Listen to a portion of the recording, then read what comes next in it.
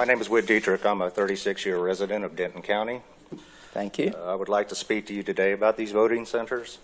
Over the years, I have served as a voter registrar, an election clerk, an alternate judge, and an elections observer. Since I retired in 2022, I have logged over 2,000 volunteer hours for this county. I tell you this just so you know that I care deeply about elections, about democracy, and I care about this county. I have a couple stories I'd like to share with you about my experiences working elections in Denton. On the general election day in 2024, I was working a polling site in Carrollton. I counted just over 50 people that were turned away in one day. They weren't turned away because they didn't have proper ID.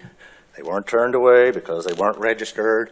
They weren't turned away because they weren't residents of Denton County. They were turned away just because they were at the wrong polling site.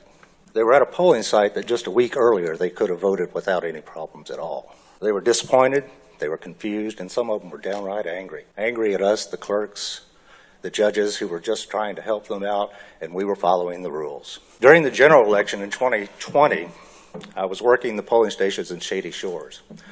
A woman came in and she was at the wrong place. I had to direct her to the correct place, which was Bolivar. This was 30 minutes away and it was 6:35. She said she was going to try and make it. I was scared to death the way she left. She was angry. She rushed out of there, and I'm pretty sure she probably scared a few people on the road between Bolivar and Shady Shores. Now I'd like to talk to you a little bit about the future generations. Young people today are more disillusioned than ever with government on every level, and it shows. Sometimes it feels like pulling teeth just to get them registered into the polls, my own daughter included, I should say, to prove to them just how important it is for them to be actively involved in the democratic process. It isn't because they aren't aware.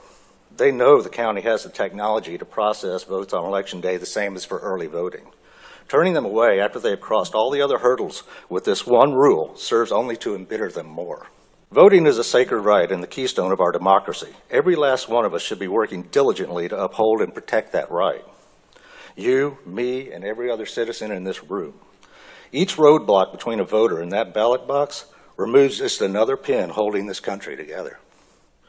This court has an obligation to uphold the rights of everyone in the county and should be searching for ways to encourage more participation.